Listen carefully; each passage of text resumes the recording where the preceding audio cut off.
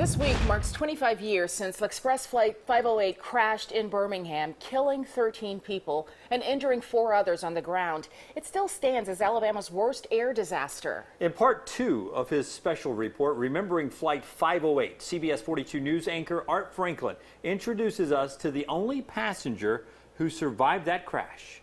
I closed my eyes, said goodbye to my wife, my family, my children. God bless us all. Said a little prayer. Birmingham attorney Mabry Rogers remembering the horrifying final seconds of Express Flight 508 plummeting from the sky over an Inslee neighborhood. And the plane went up and to the left, and then we were in a flat spin. Pandemonium naturally in the plane. According to the cockpit voice recording the FAA released, the pilot and co-pilot were struggling to control the airplane. I didn't know if we were up or down, upside down or right side up. I could tell we were spinning because of the way the bodies, everybody was belted in, but you could see the stress on the bodies leaning.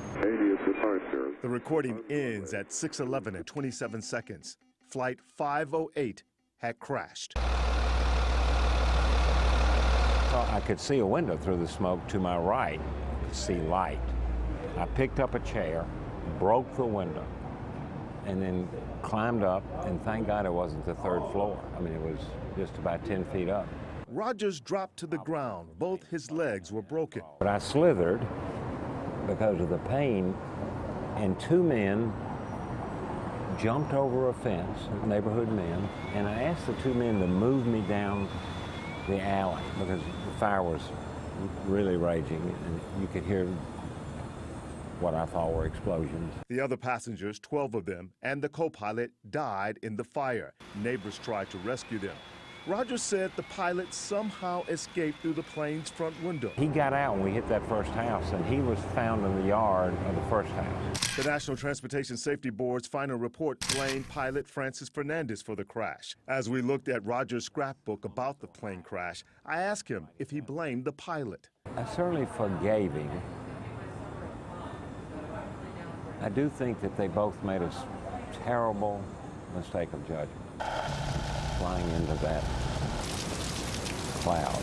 So each July 10th, Rogers pauses to remember those who didn't make it out of Flight 508 alive. And I always do. What I specifically do is very personal, but I do always have a very special memory of